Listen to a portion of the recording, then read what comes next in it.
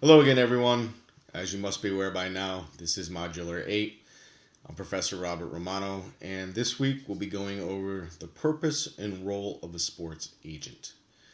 Going over what a sports agent is, what they do, how they become certified, and then we'll go over a short demonstration of what an actual agent does, or what they're supposed to be doing. First off, let's begin by what is the purpose of an agent? What do agents do? Relatively simple. The agents are the link between the athletes and entertainers and any other party that requests that individual's services. Okay? The agents act as a link between the athlete and anybody else who requests, wants, desires that individual athlete's services. Okay? So let's break that down. That could mean they could want them for as a player, right? So the agent's role is to represent them in their contract negotiations with the team, with the most of the team. Could be with the league if we're talking about MLS, but usually they represent them in their contract negotiations with the team. They are also negotiate endorsement opportunities, seek out and negotiate endorsement opportunities on behalf of the athlete. That could be apparel deals, that could be shoe deals, equipment deals, anything else that may come along. All right, so the agent's role, number one, is to represent them in their contract negotiation, then also to seek other opportunities, other money making opportunities, hopefully, for their clients through endorsement opportunities. Also through what we call personality marketing, public appearances. All right, so the player, the athlete, may show up at a car dealership for 2 hours, sign some autographs. The car dealership will pay that athlete for his or her time. Okay, so they go there. The car dealership wants more people come look at their cars. They feel if they get a big name personality, more people will stop by on a Saturday, and it's worth it to them to pay the athlete for their time. Also, part of the agent's role, and I don't agree with this necessarily, but some agents do, is to help their clients with financial management and planning, along with tax and estate management. Okay, some agents do this. I don't. When I was an agent, when I was a player rep, I never worked with players on how to invest their money, how to plan for retirement. That wasn't my job. What I did is I gave it to somebody, or I recommended to my client somebody who does it and does it well. That wasn't my specialty. I was a contract person. I was a negotiator. That was my specialty. Investments, financial planning. It's not what I do. I recommend somebody else who knows what they're doing. Some agents feel it's their job. I personally didn't, and recommended people who knew the area better than I did. And also, if your client, especially on the entertainment side, if your client produces anything, writes anything, it's your job, and I think should be your job as an agent, to make sure that anything that your client produces, it's properly copywritten or trademarked. Right. So if your client comes up with a slogan, your client writes a book, your client writes some song lyrics, whatever it is, your job as an agent to make sure to advise them to get that trademark, to get that copywritten. So, right there, the agent is the link between the teams, the link between any endorsement opportunities, the link between he or she and any personality marketing, and you also protect them, making sure that they are properly managed when it comes to financial planning, tax planning, and anything that they produce is either copywritten or trademarked properly. Agents have a fiduciary duty. Okay, just before we begin, as we get into this, just remember that agents owe is one who owes to another the duty of good faith, trust, confidence, and candor, and must exercise a high standard of care in managing another person's money, property, or career. All right. It is a duty to act with the highest degree of honesty and loyalty towards another person and in that person's best interest. Not your best interest, not the agent's best interest. Your job at all times is to do what is in your client's best interest, not yours. It's an utmost duty of good faith, trust, confidence, and candor. Okay? So, agents have a fiduciary duty to their clients. They must put their client's best interest first. All right? You can never do anything that will be detrimental to your client and not in their best interest. The role of an agent. Role of an agent is simple. When you're dealing with negotiating a contract with a team, you must be aware that there are three entities involved. One is the league management committees, the leagues themselves. Even though you don't negotiate with the leagues, you must be aware that there are league management committees. There are the individual clubs or teams. This is who you will negotiate with. You will negotiate with the general manager or the pro player person or even sometimes even the owner. And then you need to be aware that there is the players' associations. Each major property has a players' association. So, being an agent, you need to be aware of these three entities: the leagues, the clubs, and the PAs, the players' associations. The players' associations regulate the conduct of agents who represent players in individual contract negotiations with the clubs. All right, the players' associations are responsible for regulating the agents. All right, you need to be certified with that players' association in order to negotiate with the club. And this is compounded by the fact that the management committees and the clubs have agreed through collective bargaining with the Players Association that clubs are prohibited from engaging in contract negotiations with any agent who is not listed with the PAs as being duly certified. Okay? So through collective bargaining, clubs are prohibited, teams are prohibited from engaging in contract negotiations with an agent who is not certified. If you are not certified with the NFL, you cannot negotiate a contract for your client with the New England Patriots or with the Philadelphia Eagles. All right. The first thing you're going to call up, say, "Hey, I want to talk about. I want to talk to the general manager. Talk about negotiating some contract for my client. Oh, really? What's your certification number?" If you don't have one, if they don't know who you are and you don't have if you're not certified, they will not speak to you. The reason is because they are prohibited through collective bargaining. Okay, so that begs the question: how do you become certified? I mean, if you need to be certified, if you need that certification in order to talk to the clubs, how do you do it? Well, each individual property has a different way of going about it. All right. In the National Football League, you need to fill out an application and pay a $2,500 application fee. All right. So you're thinking about becoming an NFL rep, an NFL player agent, certified player agent. First thing you need to do is fill out an application and pay the $2,500 towards that application fee.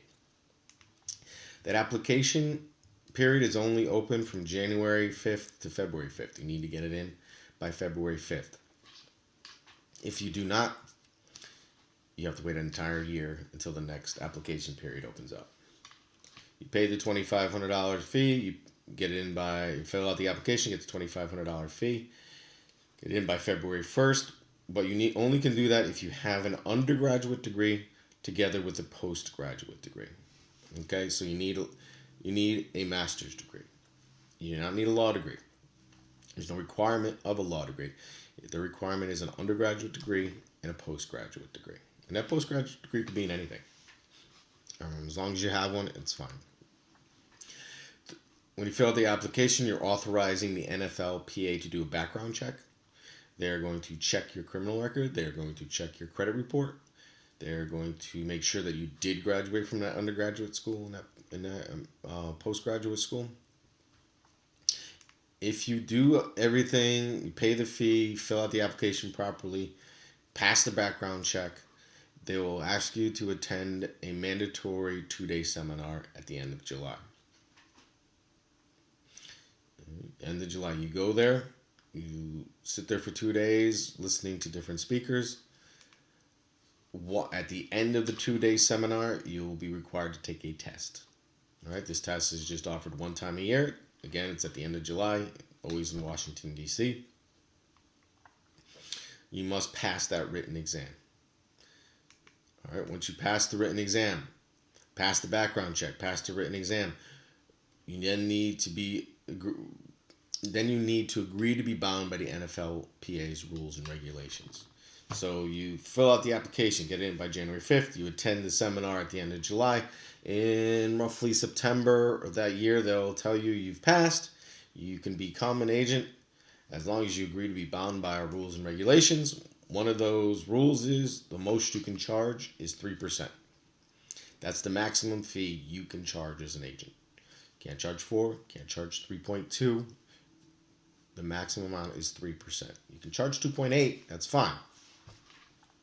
But you cannot charge anything more than that. You're agreeing to be bound by their rules, and their rules states 3%.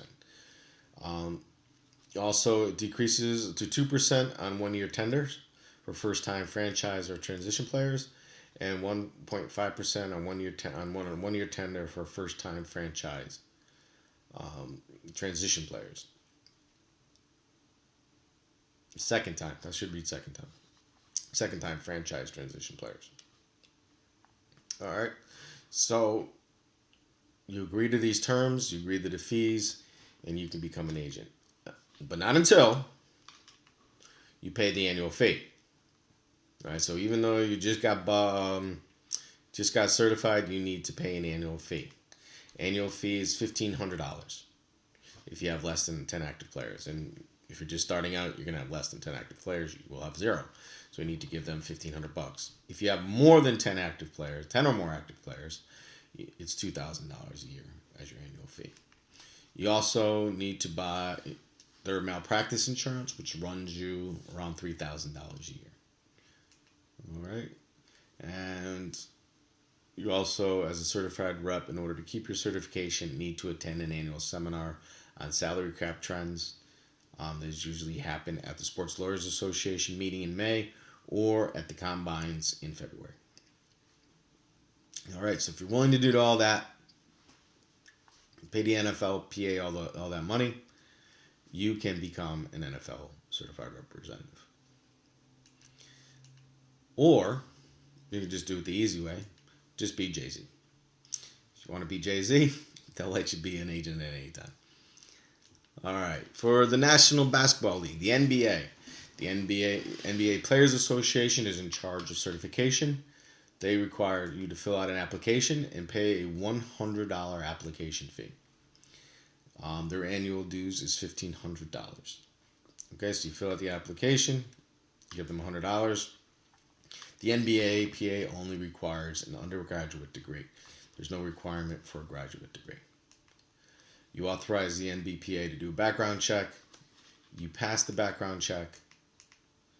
You agree to be bound by their rules and regulations. They allow you to a maximum fee of 4% as opposed to 3%.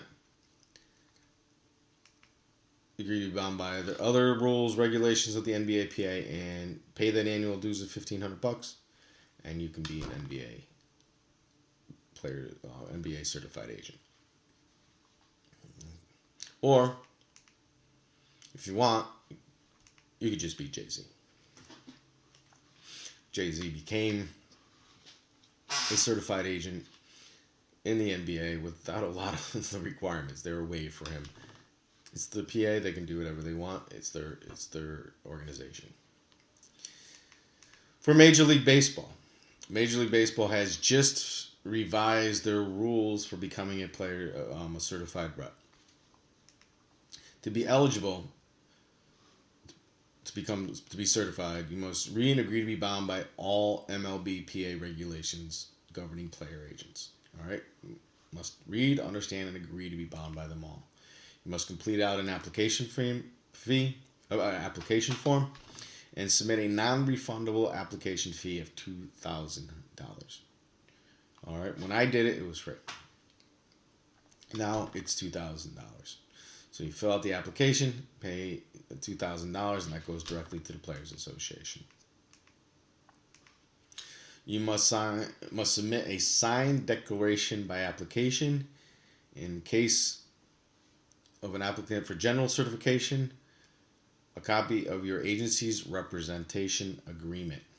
Okay, so if you're part of an agency, you must submit to them your agency's representation agreement. Okay, this is the only PA that requires it. It's because they've gotten in so many controversies about agencies splitting up, who gets what client, who gets this client, who gets the money from this client. So when you want to become an MLB PA certified agent, you must submit a declaration and provide them a copy of any of your agency representation agreement. Okay. You then provide them the right to do a background investigation on you, just like the other properties. Again, they're going to search your criminal record, search your credibility as check your credit report, make sure that you've done everything that you're supposed to do. You've never been arrested for fraud, anything like that. You must pass the background check or investigation. They have a written exam requirement. You must take and pass that. And at that time, you'll be designated as an agent for a major league player. Okay. All right. It's interesting. You be designated as the agent of a major league player, or designated by a general certified agent as recruiter. All right. They have different levels of how you break into the MLB Players Association as a certified agent. All right. So just be leery if you want to advise your client, or if you want to become an agent yourself. And for Major League Baseball, there are different levels. Once you're accepted, you'll agree to be bound by the PA rules and regulations. The registration fee for general certified agents and expert agent advisors is $1,500. For limited certified agents, it's $500. Okay, so registration fee, cross out the no annual. The registration fee is $1,500 for general certified agents and $500 for limited. All right. Or if you want to become an agent for Major League Baseball, it would just be Sean Knowles Carter. We like to refer to him as Jay-Z. The WNBA.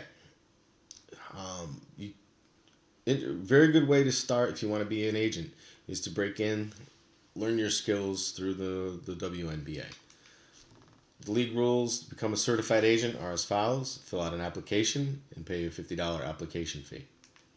All you need is an undergraduate degree, as opposed to a law degree or graduate degree. You authorize the WNBPA to do a background check. Once they do the background check, you pass it. You agree to a maximum fee of 4%. You agree to be bound by the rules and regulations. Their annual dues is $500. Major League Soccer. Become a Major League Soccer rep. Now, take this. Major League Soccer is coming out of collective bargaining agreements, so the Players Association may change the rules. But as of right now, it's similar. You must follow the certification process of a FIFA certified agent. Okay? So you fill out an application and pay the $400 fee to FIFA. Again, you submit to a background check, criminal background check. In this instance, they have an exam that you must pass. You must obtain malpractice insurance, and agree to be bound by all FIFA rules and regulations. All right. As of right now, there was no annual dues, but I'm assuming that's going to change with the new collective bargaining agreement. The NHL.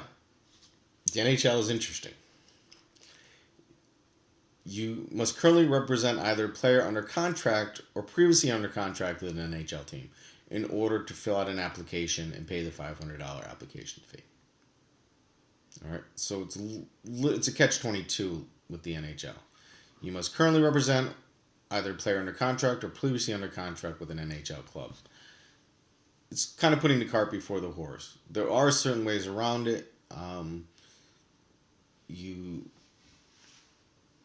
If you're working for a firm or an agency, they will designate you a player you can apply at that time. So you have a player currently under contract. There is a limited application where if you sign somebody within 30 days to an NHL contract, they'll let you have a limited certification. And then once that player is on the roster or under contract, you can fill out the regular application and pay the $500 fee again. All right. You must submit a black and white headshot. It's the NHL. They have their own rules.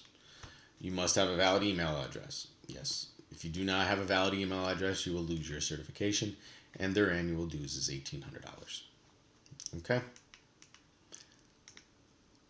I'm going to end the PowerPoint presentation here. I'm going to post a second PowerPoint on other information. So just for this first one, I just wanted to go over what the roles of the agents are, what their purpose is in representing athletes is, and how the certification process works for each individual property out there. I'll be posting, there'll be a second part to this. We'll go over a little bit more in detail of what the state regulations are and what current trends I see in the sports agency field. Thank you.